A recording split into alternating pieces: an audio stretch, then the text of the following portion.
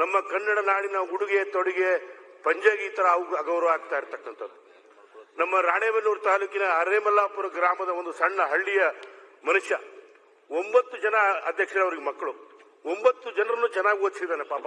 ಬಡ ರೈತ, ನಾವೇನ್ ದೇಶದ ಬೆನ್ನೆಲುಬು ಅಂತ ಬರೀ ಭಾಷಣ ಮಾಡಿದ್ರೆ ಸಾಲದು. ಅಂತವ್ರು 9 ಜನ ಓದಿಸಿ ಇಲ್ಲಿ MBA ಮಾಡ್ತಂತ ಅವ್ರ ಮಗ ಒಬ್ಬನು ಇಲ್ಲಿ MBA ಮಾಡ್ತಾ ಇದ್ದಾನೆ.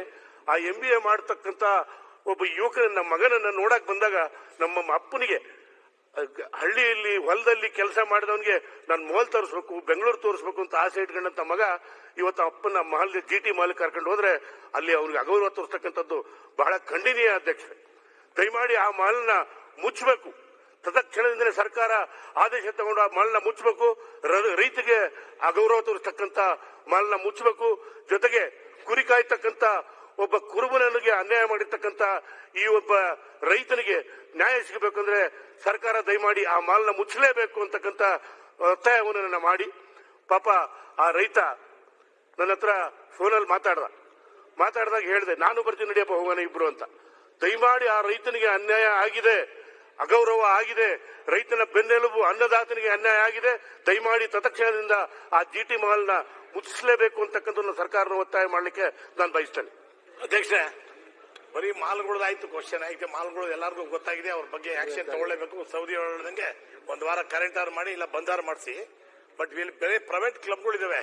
ಇದೆ ನಮ್ಮ ಬೆಂಗಳೂರಿನಾಗೆ ಸೆಂಚುರಿ ಕ್ಲಬ್, ಬೋರಿಂಗ್ ಕ್ಲಬ್, ಅವೆಲ್ಲ ಟೀ ಶರ್ಟ್ ಹಾಕೊಂಡು ಹೋಗಬಾರ್ದು, ಚಪ್ಪಲಿ ಹಾಕೊಂಡು ಹೋಗಬಾರ್ದು, ಕೋಟ್ ಹಾಕೊಂಡ್ ಬರ್ಬೋದು. ಬಹಳ ಕಡ್ಡಾಯ, ಬಹಳ ಇದು ಮಾಡ್ತಾರೆ, ಕಂಡೀಷನ್ ಆಗ್ತಾರೆ. ಅದ್ರ ಬಗ್ಗೆ ಕೂಡ ಕ್ಲಬ್ನವ್ರು ಕೂಡ ಮೇಲೆ ಕೂಡ ಆಕ್ಷನ್ ತಗೋಬಹುದು. ಮೊನ್ನೆ ಸಭಾಧ್ಯಕ್ಷರೇ ಅಶೋಕ್ ಅಣ್ಣ ಹೇಳ್ದಂಗೆ ಈ ಪಂಚ ಹಾಕೊಂಡು ಚಪ್ಪಲಿ ಹಾಕೊಂಡು ಹೋದ್ರೆ ಈ ಕ್ಲಬ್ಗಳು ಬಿಡಲ್ಲ ಸಭಾಧ್ಯಕ್ಷರೇ.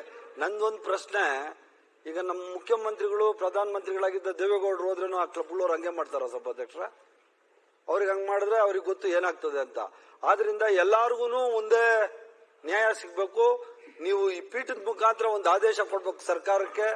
ಬೆಂಗಳೂರಲ್ಲಿ ಕರ್ನಾಟಕದಲ್ಲಿರುವಂತ ಎಲ್ಲ ಕ್ಲಬ್ಗಳಾಗ್ಲಿ ಮಾಲ್ಗಳಾಗ್ಲಿ ನಮ್ಮ ಸಾಂಸ್ಕೃತಿಕ ಉಡುಗೆ ಹೇಳುತ್ತೆ ತನಗೆ ಆದೇಶ ಕೊಡಬೇಕು ಅಂತ. ಸಾಂಸ್ಕೃತಿಕ ಉಡುಗೆ ಏನಿದೆ ಆ ಉಡುಗೆಯನ್ನು ತೊಟ್ಕೊಂಡು ಹೋದ್ರೆ ಅವ್ರಿಗೆ ರೆಸ್ಟ್ರಿಕ್ಟ್ ಮಾಡುವಂತದ್ದು ಆಗ್ಬಾರ್ದು.